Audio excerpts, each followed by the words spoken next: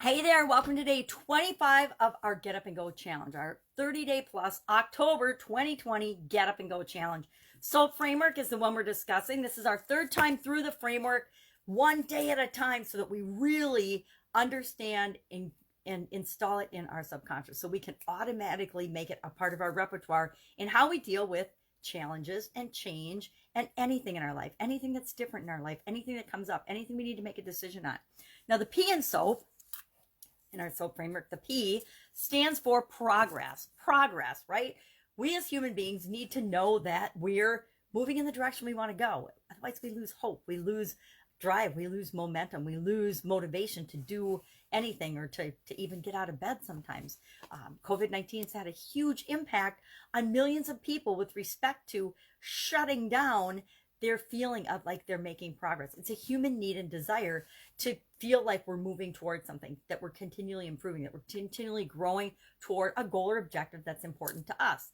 So how do we ensure progress? How do we make sure we have progress in the area or the aspect of our life that we're working on? Whatever area that is, physical, mental, emotional, spiritual, financial, relationships, or contribution. I'm working on relationship this time. It's kind of an embarrassing, hard one, but it's one that I've ignored for a long time on purpose. But at some point, anything that we're ignoring or neglecting, we need to pay attention to. It'll get our attention. If we ignore it long enough, something will happen to cause that area or aspect of our life to blow up and cause attention. If you pay no attention to your marriage for years and years and years, or to your significant other, guess what's going to happen? That person is going to seek to find attention elsewhere, meaning you're not going to have a relationship anymore. Sounds like what happened to me. Anyway, in the area of relationships, the tool I want to talk about today in with respect to progress, and specifically for me with respect to relationships, is the idea of processes and systems and routines and habits and things we'll talk about as we go through the other areas. But today's tool especially is processes. What the heck's a process? A process is just how you do something. Now, I actually wrote a book when I was in corporate America on process analysis and how to write processes for your organization. It was a manufacturing company, and it was super complicated, right? It was before I knew that we should keep things simple. So what is a process, right? A process is a step-by-step description of how we do things. So we talked about, as under our story, our current situation, which is our current story. It's our current process of dealing with something, how we handle it step by step. Because guess what? Whether we know it or not, are aware of it or not, it's on our conscious brain or not, we all have a process for everything, right? We all have a way of doing everything. We have a way of brushing our teeth. We have a process for fixing our hair. We have a process for putting on our makeup if we're women or some men. We have a process for taking out the trash, going to the bathroom. We have a process for everything. Whether it's a conscious process or not, it's up to us. And it's up to us to decide whether it's important that we do it consciously or not.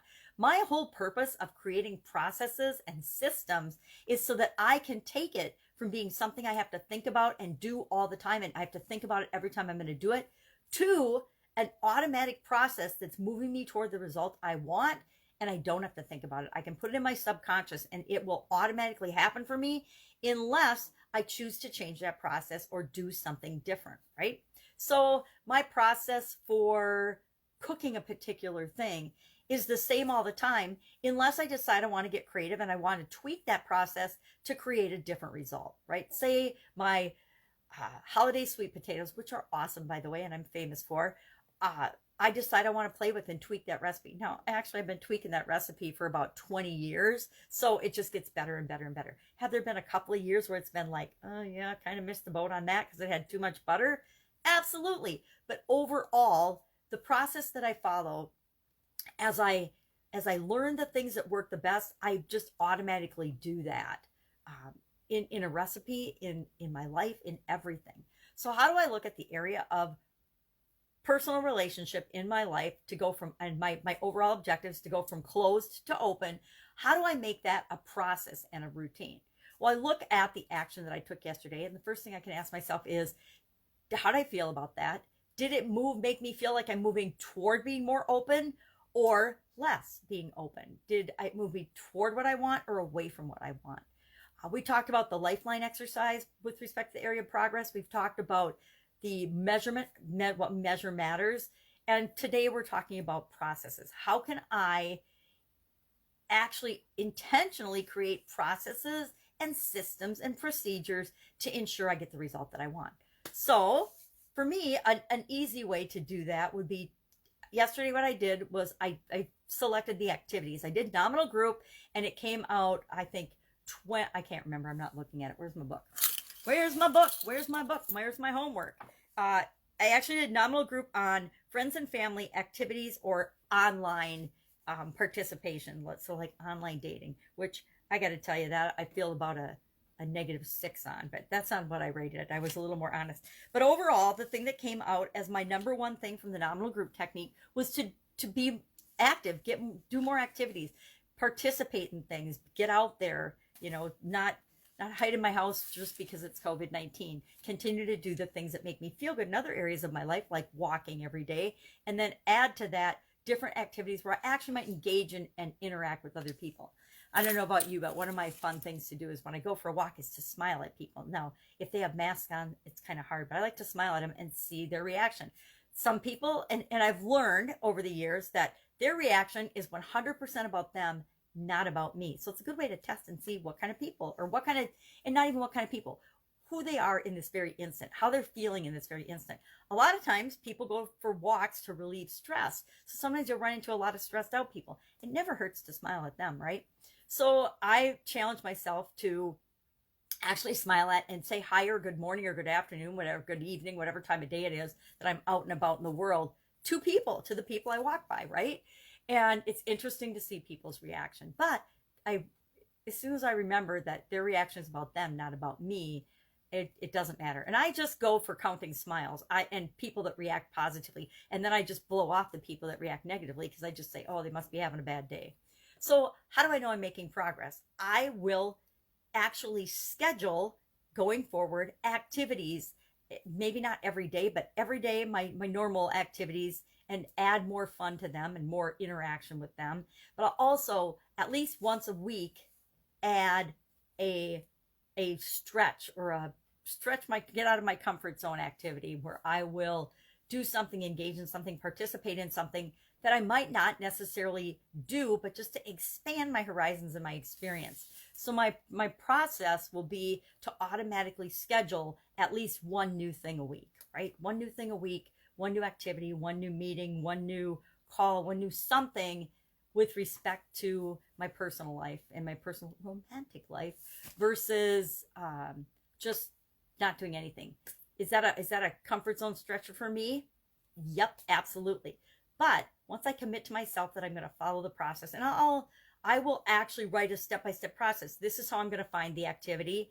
This is, are the criteria for the activity. And then this is how I'm going to schedule it. So say every Sunday, I will pick a day of the week or an activity. I'll find an activity. I'll scour and search for an activity, find it, and then put it on my calendar. Actually schedule it and make time for it. So I can't use the excuse of, I'm too busy, I don't know what to do. I don't, there's a whole plethora of excuses even I and all of us come up with all the time to not do the things that are a little uncomfortable for us.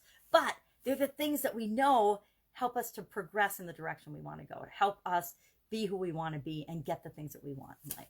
So process is our tool today. Our assignment, our action item today is just to share one idea, one thing that you think you can do moving forward, or one thing that you would like to create a process for moving forward to make it a continuous or a consistent part of your life going forward.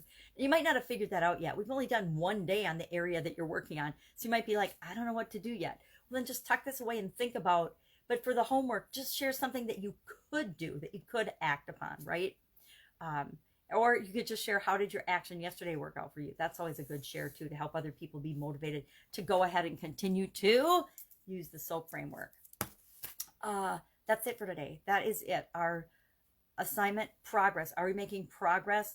What's next? I'm not going to tell you. You'll just have to be surprised tomorrow in what we're going to do to continue to ingrain the SOAP framework into each and every one of us. So that's it. Have an awesome day. I will be with you tomorrow for day 26 of our Get Up and Go challenge. Get up, go do this. It's actually really fun. because you are the master. You get to decide what you want it to look like and be like. Take care.